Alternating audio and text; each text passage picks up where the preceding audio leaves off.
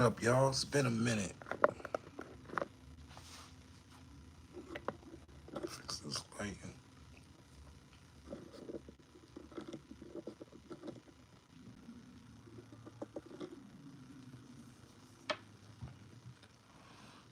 What up, y'all? It's been a minute. It's been a minute. Wait for a few people to come in.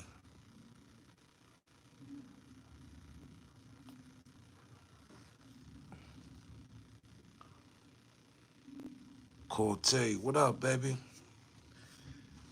Been grinding all summer. Sorry I ain't been on there like I should. But yeah. Thank you, thank you, thank you. Thank you for the birthday wishes.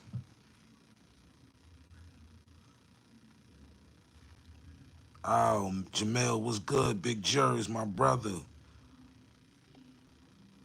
Ty, what's going on? As y'all come in, hit the like button. We're gonna talk about some things. We're gonna talk about the Clips album. We're gonna talk about current events. We're gonna talk about a lot of things, man.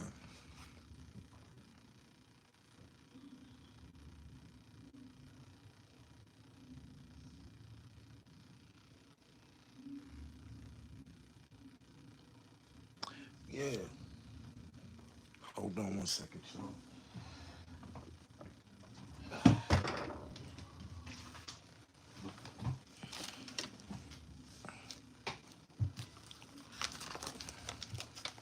So the first thing I want to talk about is the DC Young Fly and Rick Ross situation. So probably a few months back, Rick Ross went up to the hit the like, the subscribe button, all that. Welcome back to Uncasas. Um, well, a couple of months ago or so, you know what I'm saying, Rick Ross did an interview with DC Young Fly, Chico Bean, and the rest of the crew. You know what I'm saying? Shout out to DC Young Fly. You know what I'm saying? And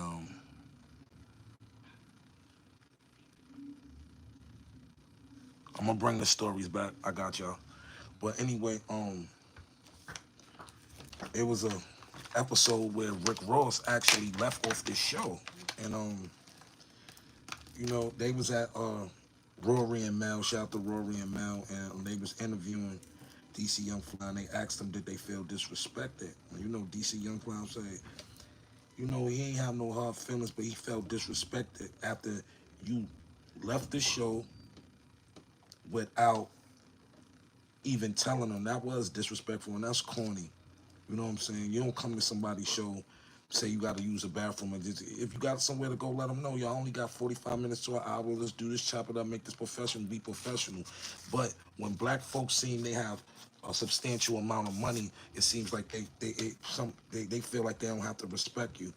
And in that situation, Ross, you're dead wrong. You know what I'm saying? All you have to do is apologize to them brothers, but you get up on social media and you tell them, oh, I did it for free. I did it for free. Everybody that go up on their podcast do it for free. See, that's the thing with black folks. Once we get money, we start shitting on our own kind, and that's why we so divided.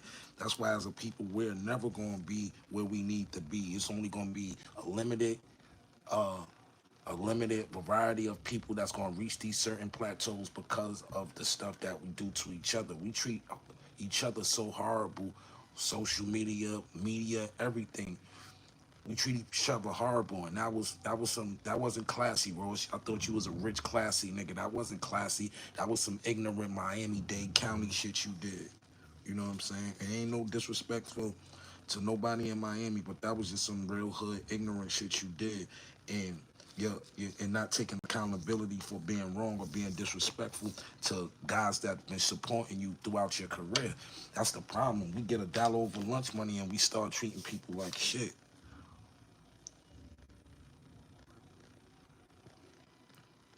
You know what I'm saying? We got to stop doing that. You know what I'm saying? They ain't stop making money when they made your dollars, man. Everybody up here trying to make a living. You know what I'm saying?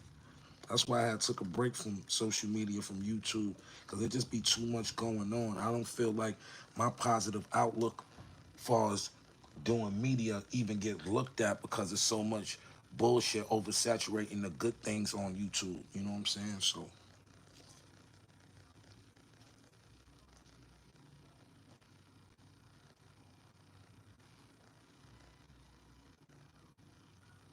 my cash app is my cash app is XO $XORIBEAR Zori Bear, my daughter's nickname. You want the love seat, send that through. Hit the cash app. I'll send that album right to you.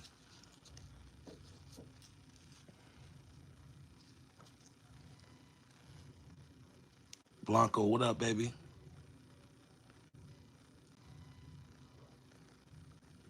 DJ Greenland, everybody, what's up, fam? What up, y'all? Yeah, but the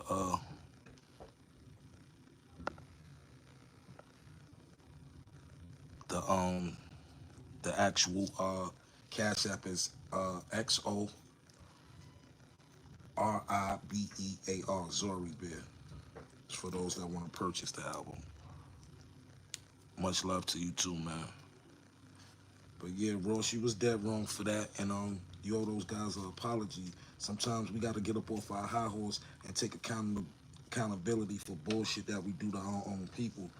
If if they watch us do it to our own people, what respect you think the other side gonna have for us?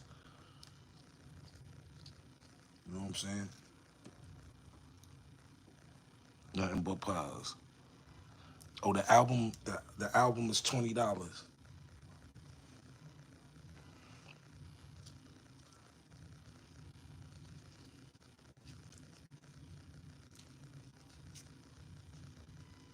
Your features are legendary. Thank you, bro. I appreciate that. Like I said, I do music. I do music for the ones that appreciate me.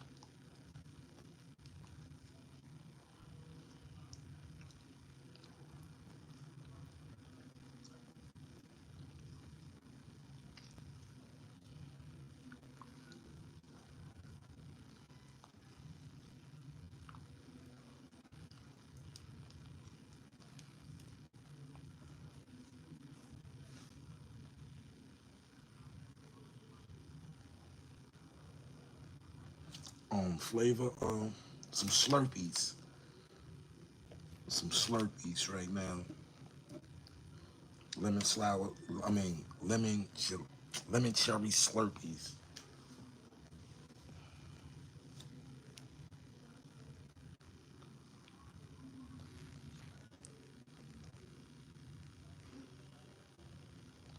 Just DM me on Instagram, and we can set up the interview, man. It's time to do the interviews. It's been a quiet summer for me on YouTube. I just been taking care of other things. You know what I'm saying? It's hot. You know what I'm saying? I usually go real crazy in the fall and in the winter because I'm mostly more in the house. But all the fans be hitting me and say, "Yo, come back, do the lives. We like engaging with you." So that's why I came back today.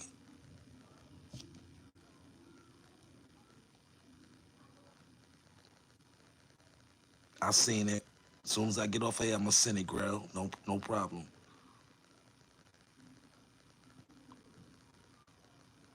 Yeah, all types of stuff been going on. That joint with me and Jaja. Yeah, that's one of my favorite songs I ever did. That is Gangster. I forgot that was supposed to be on a Dipset album, but they didn't put it, so Jaja wanted to putting it out as a freestyle so y'all can enjoy it. Hold on.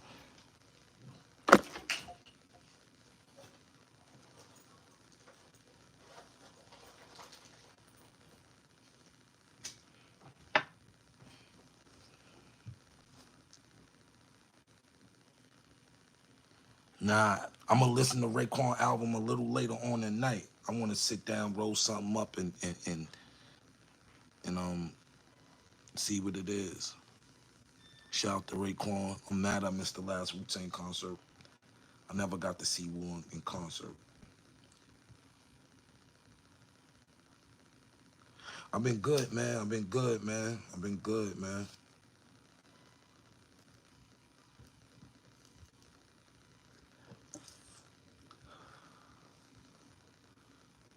Steered away from the negative energy, man. You know what I'm saying? Yeah, y'all.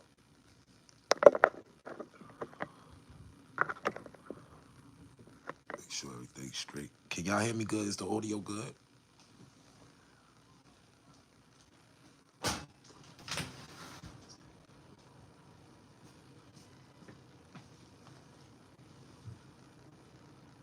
Okay. Yeah, man, I'm good. But like I said, Ross, you was dead wrong for that, man. You was dead wrong, man. Our people are so ignorant when we get money, man. When we reach a certain success, man.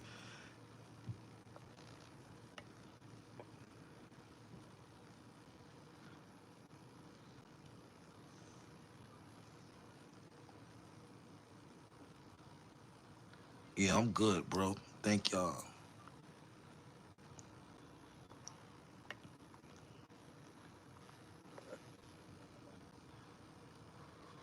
Well, Ross was saying he did the DC Young Fly, the 95 South um podcast for free, but everybody that go up there did for free. And you know, it's some stars that's bigger than Ross that went up there for free. I just feel like, yo, we get on our plateau and we treat our own people like shit, and it's really fucked up.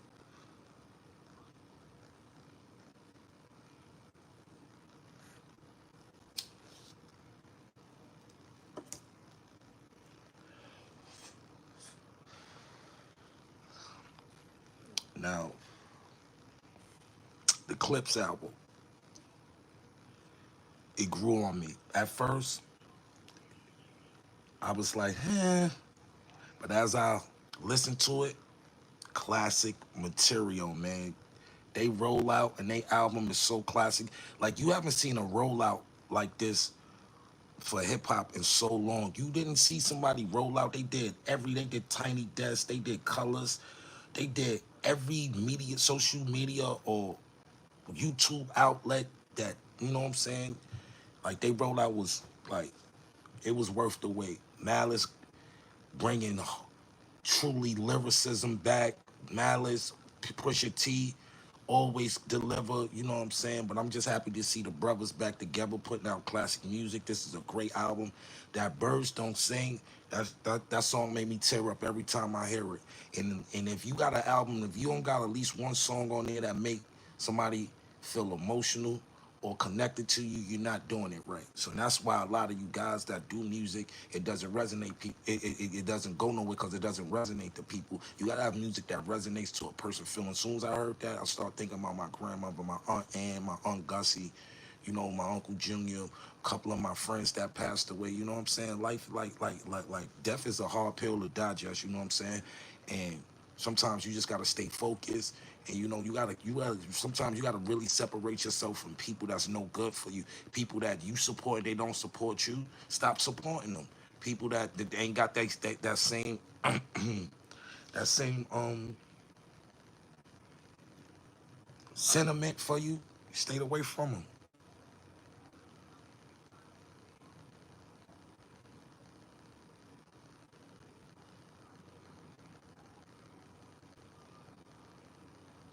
All right, and if you have a medical disorder, it's still about your health has nothing to do with your professionalism. This is what people always make excuses for us. Your professionalism has nothing to do with your health,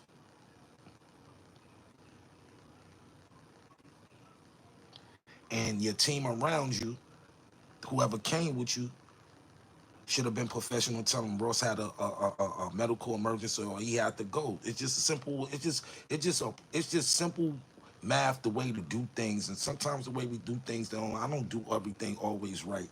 So I'm not here to point the finger, but from the outside looking in, you owe those guys an apology, and that shit was wrong.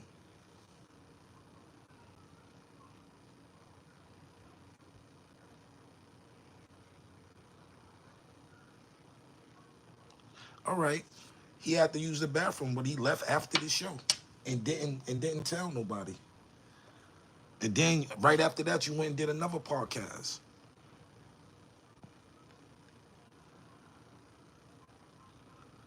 Now I understand that.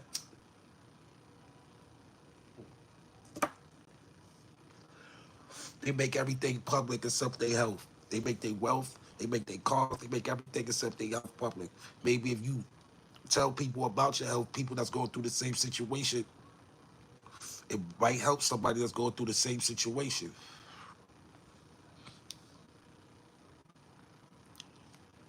Let me tell y'all a little something. The other day, me and my guys was just chilling, right? And this is a funny thing about death and kids.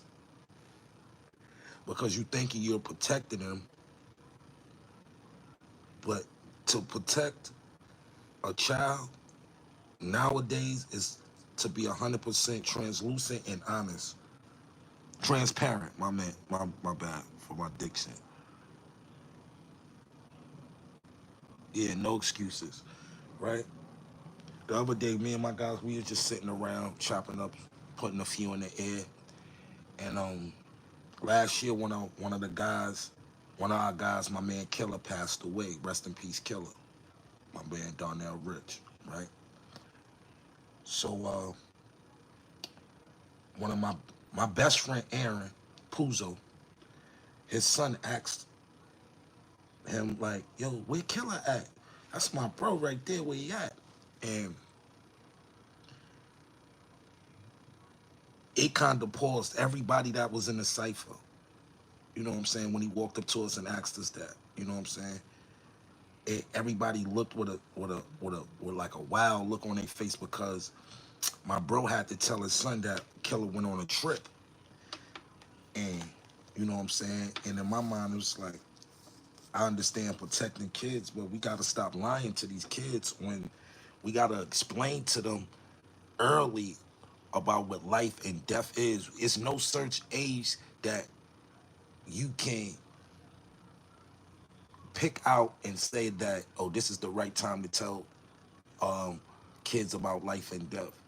But I understood it. But when he told them, yo, he went on a trip, and he was just like, we all, one of my guys' love was like, yo, that got hit hard, right? It was like, yeah, because we can't even, at certain points in life, we can't even be honest with the kids because it might be the reality of death might be harsh, but that is a harsh reality. Death is a harsh reality, and we got to learn how to not be afraid of death. We got to learn how to embrace it in every way.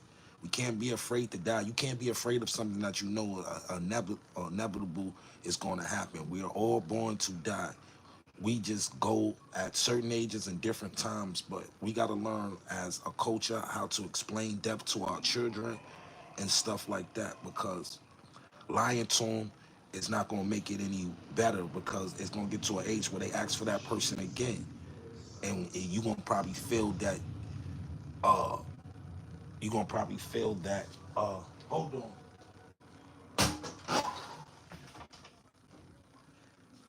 and it's going to be confusing, because it's going to be like, this whole time you could have just told me the truth, no matter how harsh it was.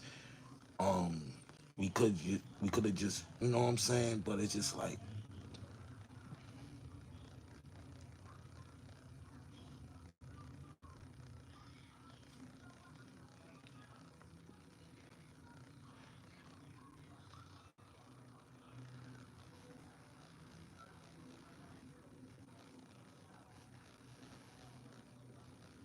yeah, death is scary sometimes. You know what I'm saying? Death is scary because it's unexpected. You never know when you're going to go. You know what I'm saying? That's why I think people fear death. Well,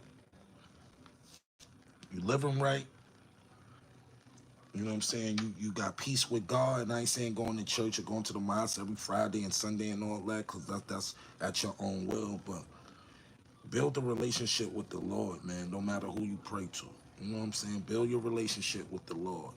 Whether it's Buddha, Jehovah, Allah, Jesus, whatever you pray to, you know what I'm saying? Stay prayed up, because prayer does help. But we got to learn how to digest death and explain death to the kids, because we can't keep lying to them, man. Because they are, it might, it might, it might create a certain form of resentment with your kids by not telling them the truth. Yeah, health is everything.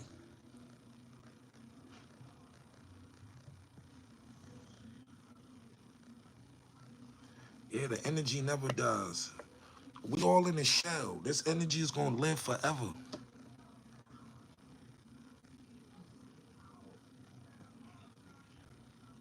Gotta stay prayed up.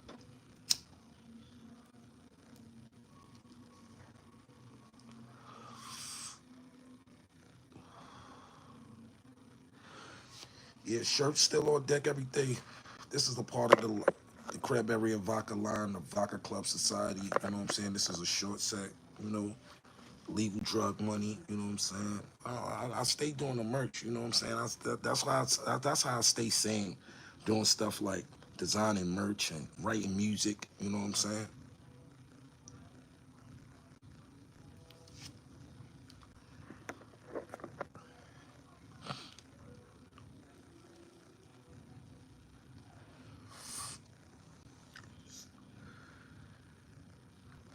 So I've been away for a while, so we can talk about this Jim and Nas thing because I know everybody want my take on that situation, right?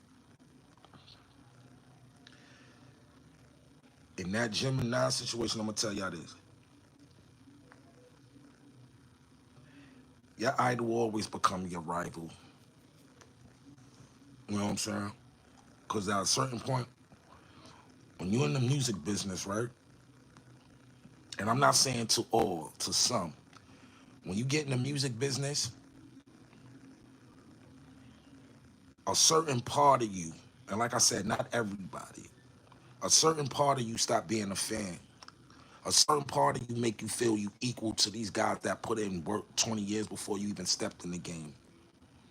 You know what I'm saying? And it's just, it's a competitive, could you mess delusion with competitiveness? Yes, you can. But at the end of the day, we all know the analytics between Jim and Nas' career. We know uh, Nas have did some legendary things and plateaus and did things accolade wise that Jim haven't reached yet. Not saying he's never going to reach them, but he hasn't reached them yet. You know what I'm saying? And if you ask me, Jim Jones had a pretty good damn career so far. He's the most prominent out of the Dipset. You know what I'm saying? I'll give him that. You know what I'm saying? Um, He's an influential brother. He's very smart. He's very intelligent. He moves into in a strategy as like a strategic type of way. But when you in this business, man, to create being competitive can sometimes create animosity that was never there. You know what I'm saying? And like I said, all your idols become your rival, and it's a certain part of you when you get in the industry, you stop being a fan of these people. You start looking at them as peers and competition. And once as an artist, you lose being a fan.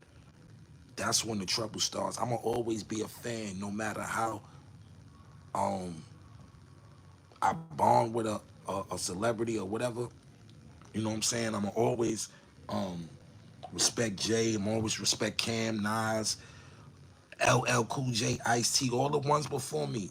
I'm gonna always treat them and be a fan to their music first. That's how you stay grounded. You know what I'm saying? Don't forget why you do this. These people are the reason that we got in the game. He says all the time that Nas is his favorite rapper. Nas was the most stylish when he was coming up. So people that's intelligent should take that as Nas influenced him to influence. What Nas did with the army coats and the Nordica jumpsuits and the Averexes and the Polo Sport early in the days, this is what Jim did for the Ed Hardy brands, the Chrome Hearts and stuff like that, the antiques. It's no different. It's just a different time zone. You know what I'm saying? Yes, Jim is very influential. Is he more influential than Nas?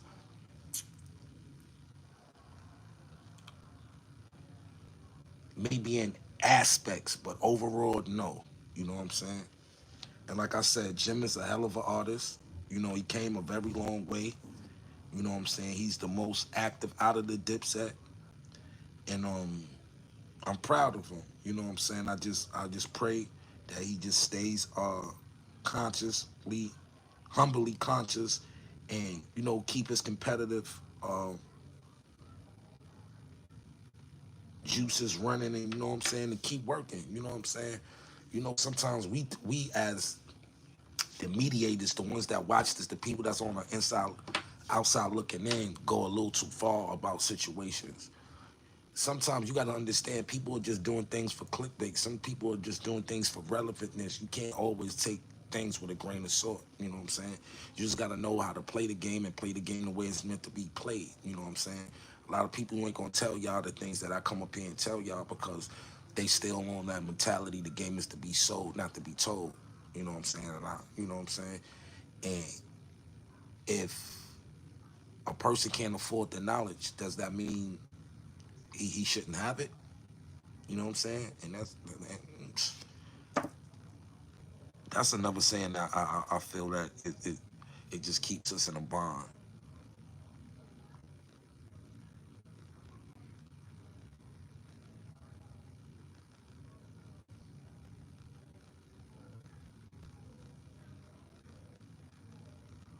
I'm not being biased. I just said what I said.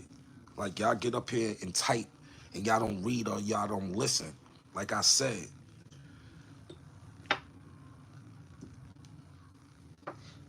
Jim isn't more influential than Nas overall, but in certain aspects he is, especially when it comes to a younger crowd. Now, y'all can take that how y'all want.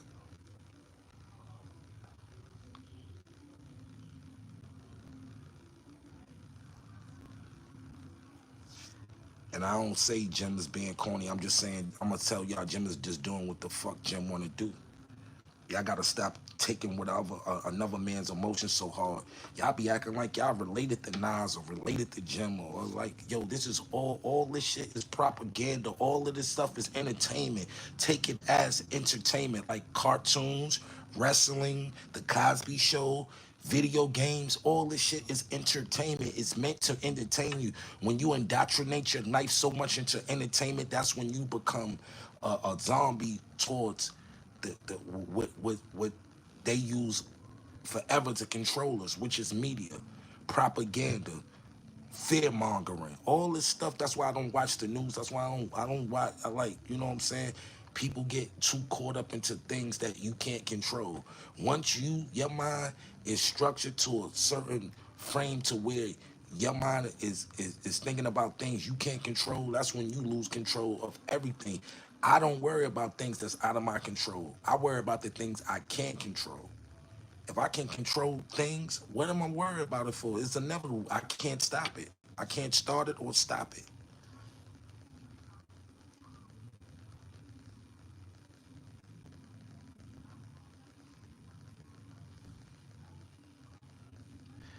Man, it ain't about album. Nobody's selling records. Y'all think y'all know what you're talking. Who's selling big records? Nobody's selling records. The biggest offers having 18, 19, 21,000 a week. It's only a certain element in hip hop that's really soaring to the top selling records. It ain't about that. It's about influence and longevity. And if we're talking about influence and longevity, Jim Jones has that. Like, come on, so do Nas. Nas is the GOAT. Jim will be GOATed. Y'all gotta stop downplaying people on their accolades too. I'm not biased. I give everybody their props. I'm the non-biased guy on the internet. I don't give a fuck about nobody's feelings or nothing. You know what I'm saying? It's some of the things that Jim does and is outlandish and sometimes delusional. Yes, maybe, but who? Everybody's delusional. Everybody has that same instinct that Jim does, whereas he's just in the in the people's eye. Y'all gotta stop that, man. Y'all gotta, yo. That's why I left the internet. I can't do the thing. I can't do this. Cause y'all ignorant. Y'all don't come up here for intelligence. Y'all don't come up here to have intellectual dialogue. Y'all come up here for the nonsense. That's why a lot of guys that's on the internet is thriving because y'all thrive on the nonsense that they do. I don't come up here if you're looking for jail talk. Don't come up here if you look thinking about snitches, killings, who robbed who, this, that, and who effing who. I don't care. It's so many outlets y'all can go for that. If you want to hear real industry talk, real stories, real factual things that can help you as an artist, as a merchandiser, come here. You want the truth? and you getting it for free, come here. If you want lies, you want niggas that you want to be deceived and stuff like that about stuff that's not real, people just deceiving your mouth for entertainment, go there. But if you want the real, come here, come get positive internet energy that's served all the time.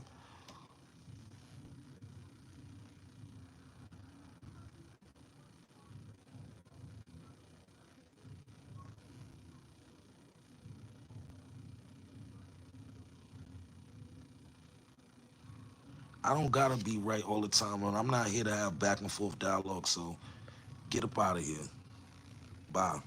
Peace. Fucking clown. Niggas be clowns.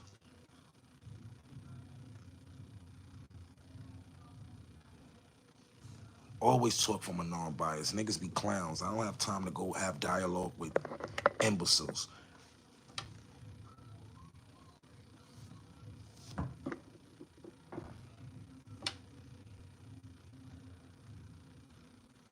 Power of a button. Get you right up out of here. Now go to one of them other ignorant niggas channels and go do that.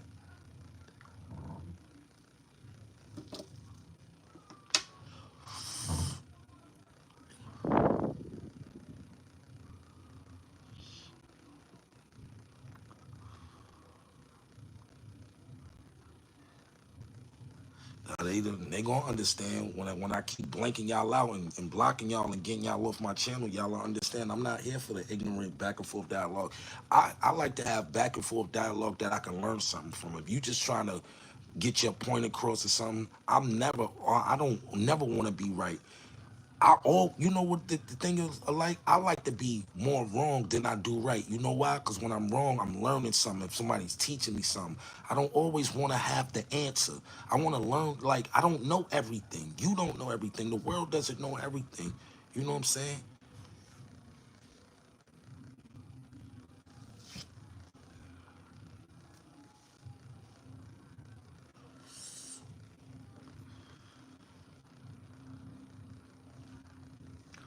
I'm here to give y'all real dialogue,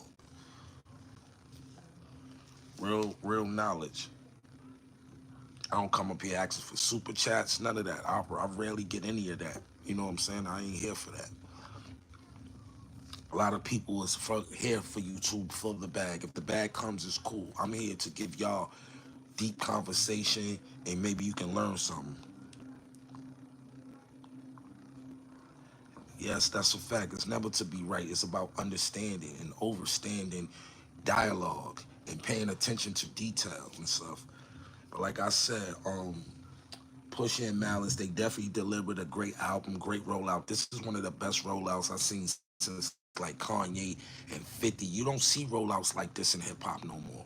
You don't see people embrace they superstar anymore. You know what I'm saying? You know what I'm saying? They looking bigger and better than they ever did. This is might be the best look that as the clips ever had. And they always been connected to big names, Pharrell, Nego, Louis Vuitton, Bape. They always been connected to big brands and they know how to utilize them. You know what I'm saying?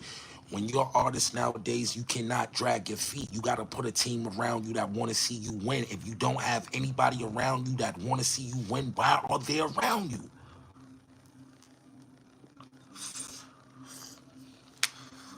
If your manager not helping you five, your producer not helping you five, your DJ not helping you five, your artist is not the graphic artist, you gotta have a circle that be like, yo, you gotta do this. You need these outlets. They're not unobtainable. Everything is at your reach, especially when you're an artist. All you need is one of these, a phone. You gotta use instead of going to the gram searching for local dots and Instagram models and stuff. Boost up your analytics by talking to the people, engaging with people, giving people information they don't have. You understand what I'm saying?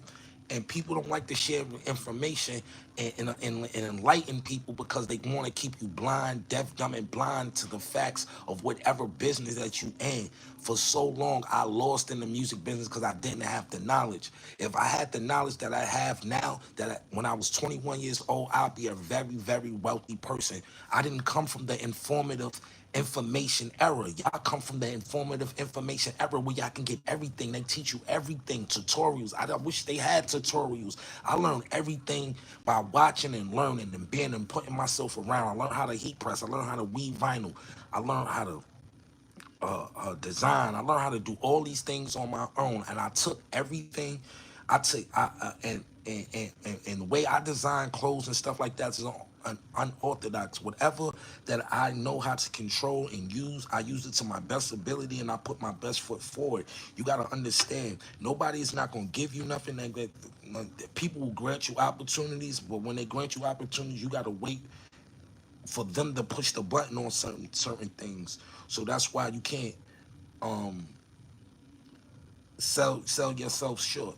Reason why I stopped being a ghostwriter, because the artists that you actually ghostwrite for, they forget that they have a ghostwriter, and they start living off the ego of what you're actually constructing for them. Why? Because they can't construct it for themselves. And no downplay to any artist that has writers, but when I tell you, when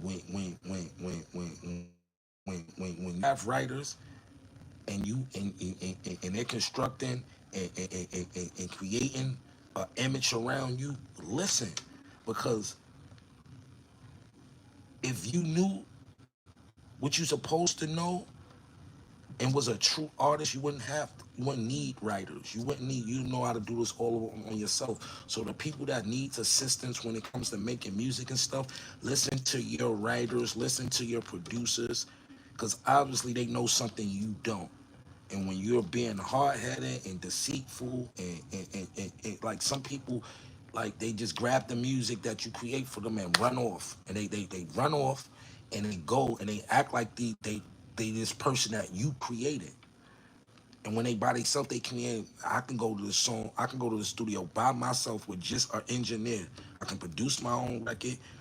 I can write my own records. I can arrange my own records. I don't need nobody in the studio. For so long, I did this for so many people, and they were unappreciative of what you create for them. And then they like being a ghostwriter. If you're not getting paid for it, you just being used to elevate somebody in a way.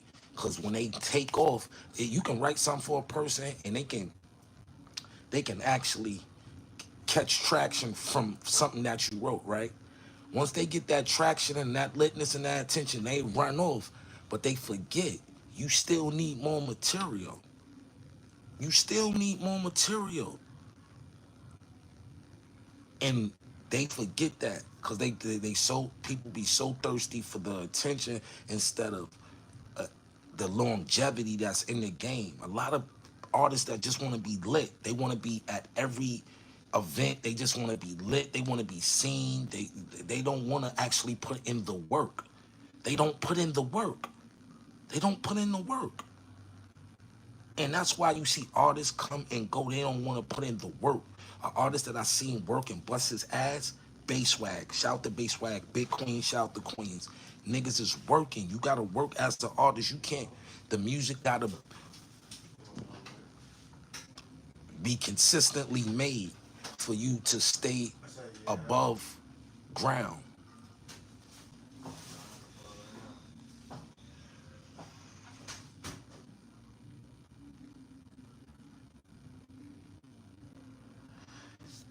I didn't like the Wayne album. The Wayne album was disappointing.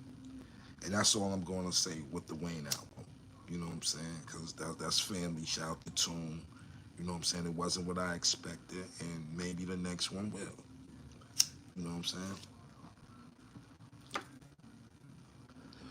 Because I've been stopped saying niggas' music is whack. I'd say your music is not for me.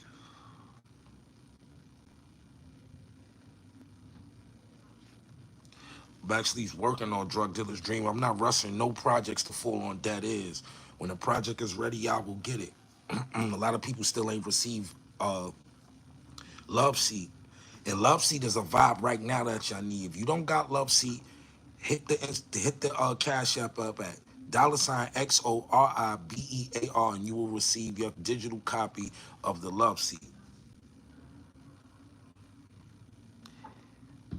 Yeah, Cam still making music. Cam just working, man. Cam got something going on. You know what I'm saying?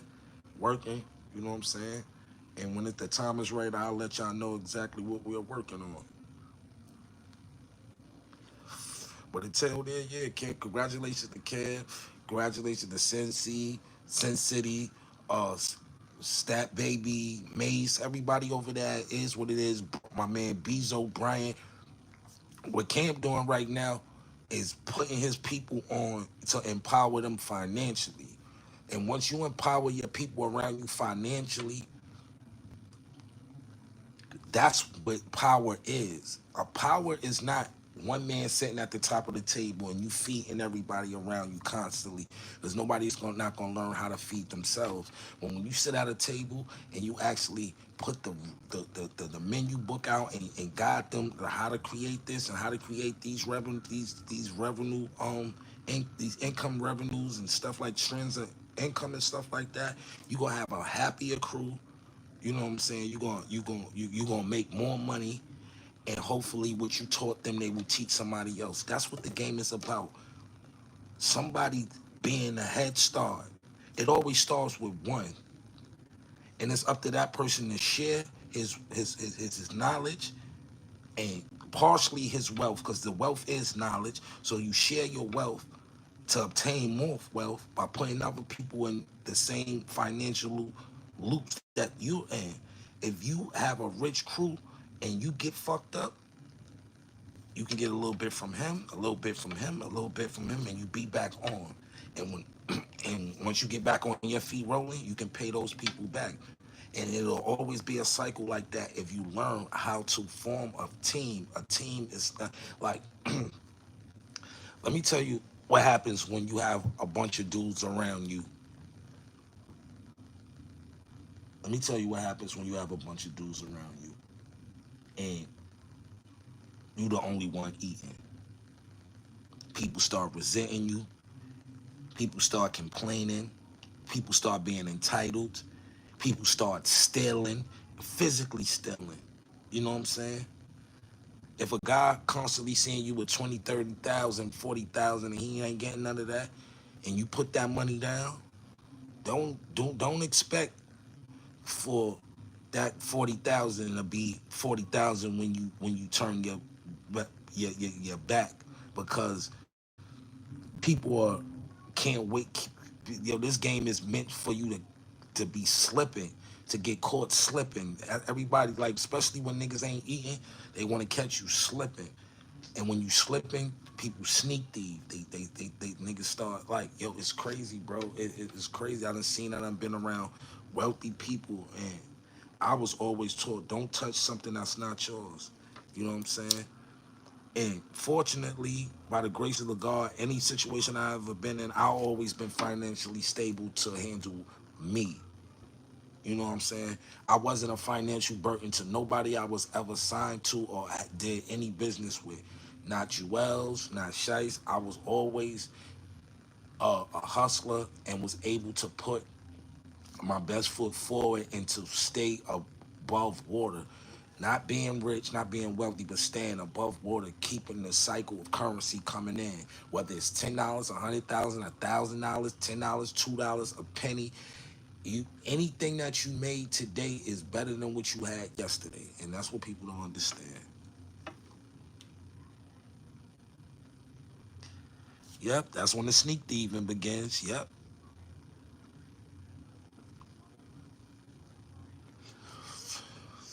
And it be the ones that tell you they love you, the ones that eat your mom's spaghetti, the ones that play with your kids, the ones that supposed to hold you down, the ones that say they'll do time for you. Those be the ones that take from you. It's never a stranger. It always start in the inner circle. It always, the animosity always start with the inner circle. See, a nigga that don't know you and dislike you, he just a fucking hater.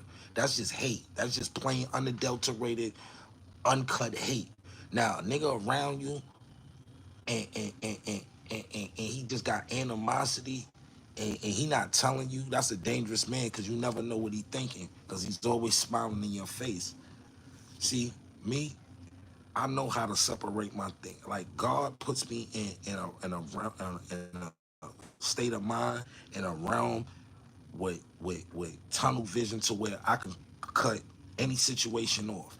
It's just simple, not going around a certain person. Yeah, I love Brooklyn in real life. Yeah, I have Biggie tattooed on me. I love Brooklyn. I love, I love. I put it like this: I love whoever love me, whoever support me, whoever is genuinely connected to me. It ain't about a borough. It ain't about a skin tone. It ain't about a sexual preference. It's about you just being a real person. I have gay friends that I love. I have Brooklyn people that I love. I have Houston, Detroit, Atlanta, New England, New Hampshire, Barbados, Bahamas, Jamaica. I have a lot of people that I love, and they're all shapes, sizes, and colors. I don't discriminate. I hate on hate. I hate hate. I hate haters. I hate haters. I can't stand a hater, because a hater ain't nothing but a motherfucker that sit around all day and hate on a motherfucker for trying or actually achieving while they sit around their ass and just be mad.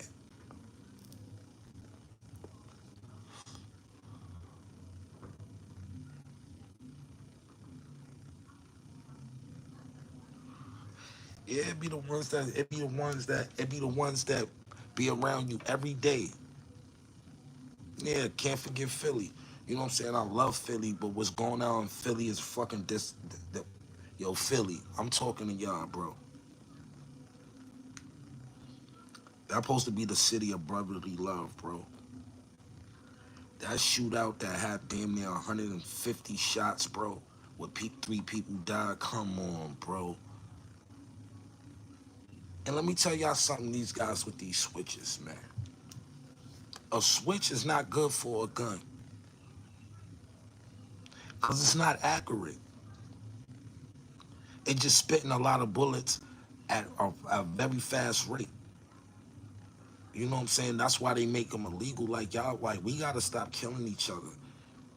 It got to be to a point to where we take it back to where if we do get in this, let's go to the handball court and shoot five. A lot of y'all niggas are scared of ass whoopings. They scared to get one and they scared to get one. Man, knuckle the fuck up if you gotta go put on a glove. See, my block, when I came up, it wasn't about killing one another and shooting. We got a problem we got to do. We going on a handball corner. We going 5 minutes. Or we going as long as we going to fight. We going to smoke a blunt and we going to chill. We going to go play some ball or something. Or whatever we was doing back then. But these like, we claiming these hoods. We tatting these hoods on us. I'm a victim of it too. We tap these hoods and we rep these hoods that don't love us. It's not, we don't own nothing.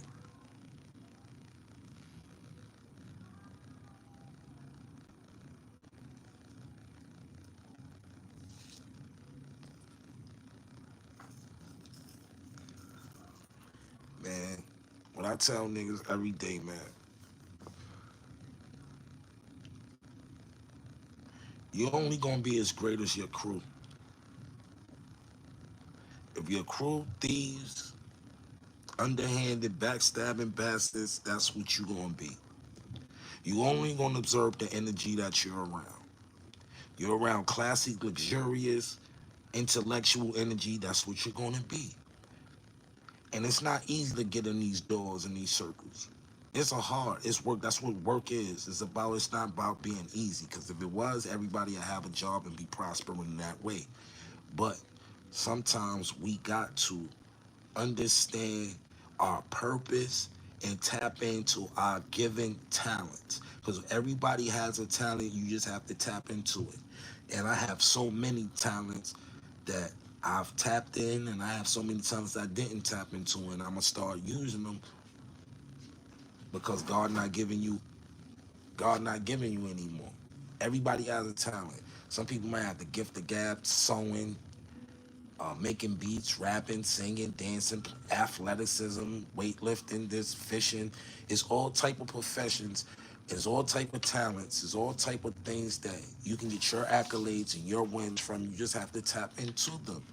You know what I'm saying? And the best way to tap into them is to actually tap into yourself. Take long walks, cry, Talk to yourself.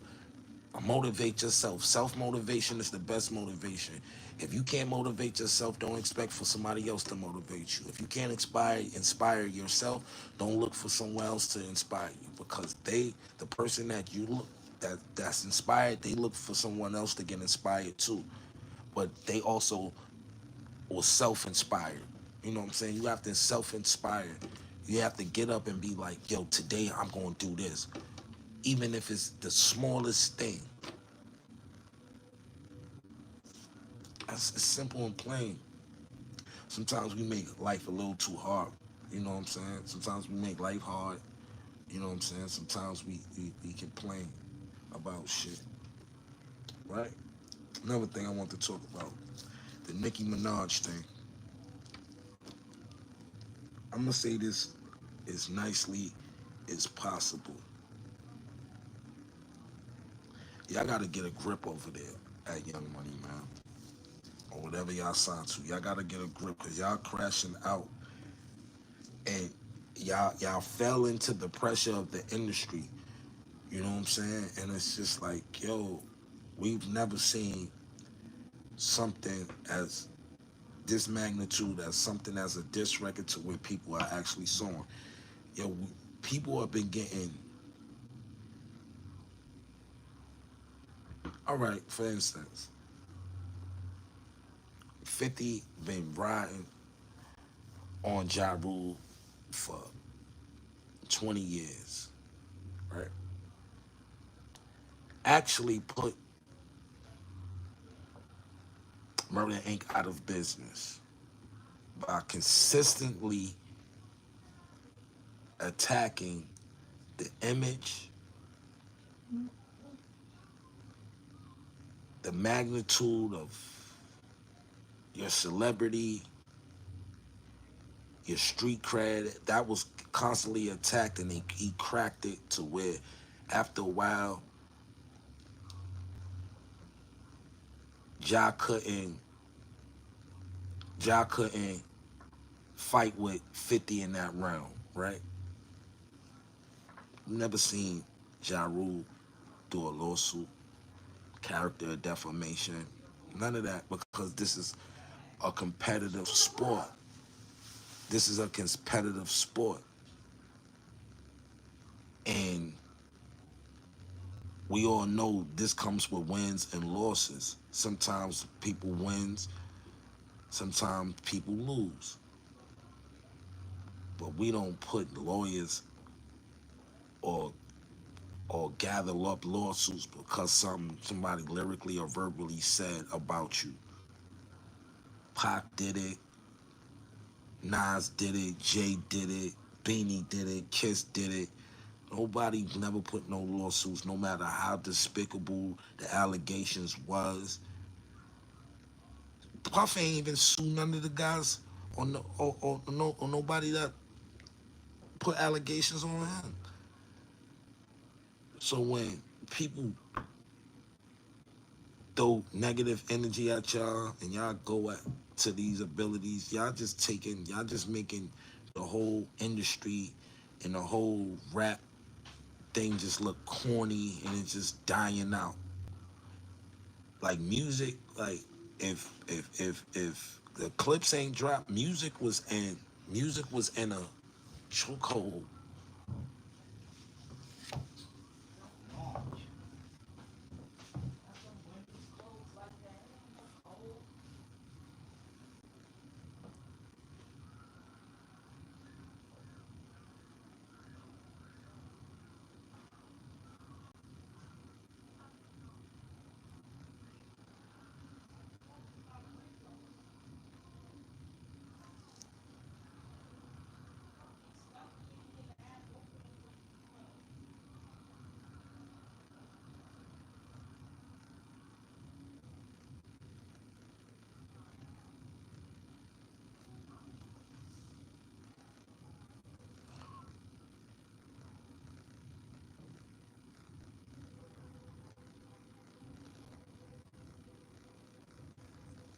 Nah, it's all good, but that's just basically they just making the industry look corny now, man. This shit is just all smoke and mirrors. It's corny. This shit is corny. You know what I'm saying? Shout out to the young guys that's actually doing it.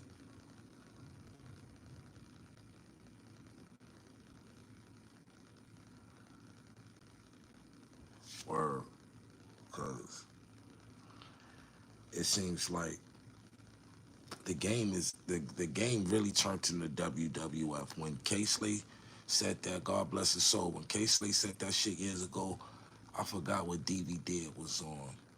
But when he was like, yo, everybody jumping off the top turnbuckle to get a platinum plaque or some notoriety, he wasn't lying.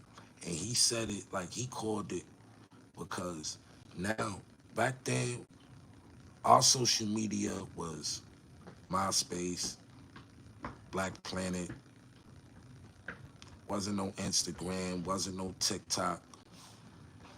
A lot of these apps was able was helping us, but we had to be in the house to do it.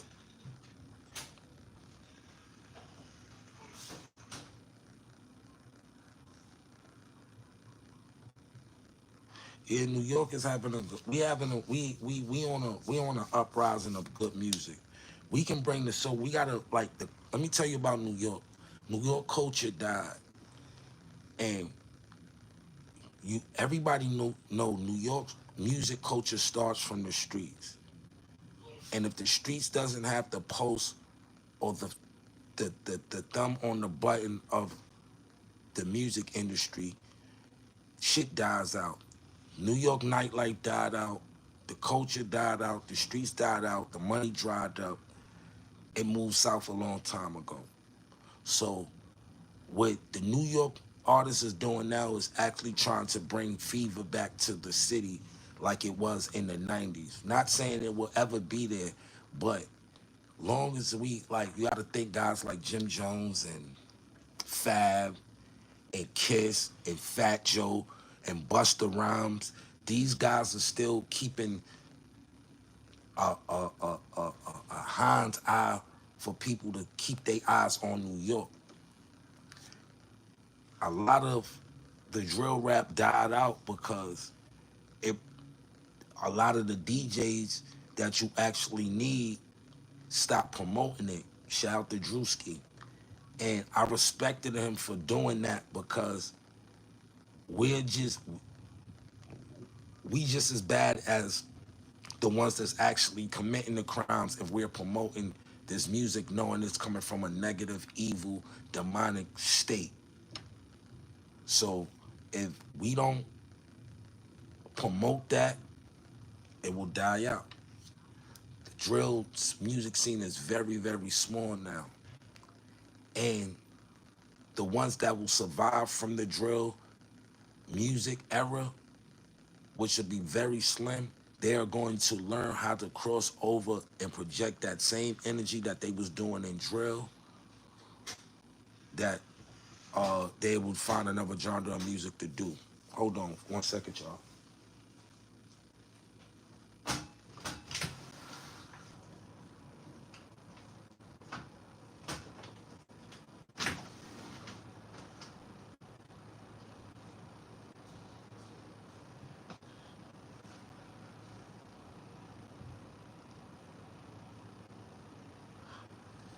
The 70s and 80s, 60s, 50s, 40s, all that was pure music.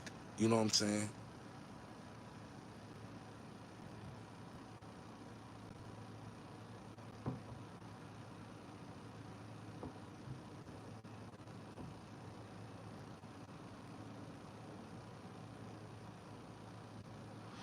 Yeah. But if the music projects violence and energy, it's going to die off anyway because the people that's actually that's involved in it either going to die or go to jail. That's going to be an ending. Like I said,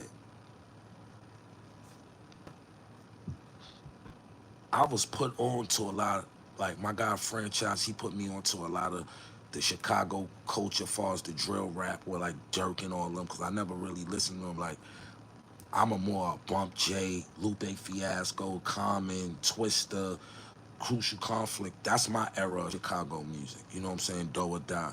I was never into the drill rap, but then it was like, yo, they actually be saying something, and then they really be saying what they doing. These guys is really doing it. Then I started doing my research and tapping into like the little blogs and the music, and I was like, yo, wow, this is like something that's I've never seen before in music. You know what I'm saying? To where, you know what I'm saying? Like, we might have told coming up, we might have told epic street tales, but you know what I'm saying? Nowadays, it's more about telling epic street tales that you're actually involved with. Rappers always spoke from a third party, minus a few, but it's either what you seen or something you did a long time ago, and you're not trying to do that no more. Well, I ain't come from that era of rap like you actually going to murder somebody and put it on a rap tomorrow. I didn't come from that era.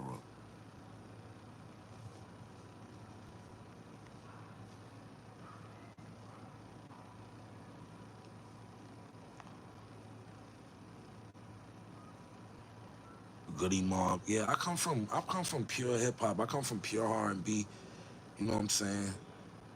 You know what I'm saying?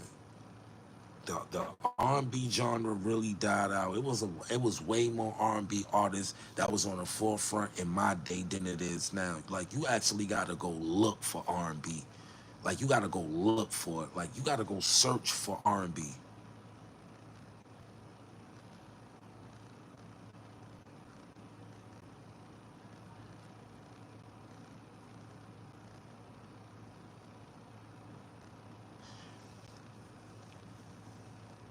And whoever buys the album, make sure y'all can put y'all email so I can send y'all digital copies.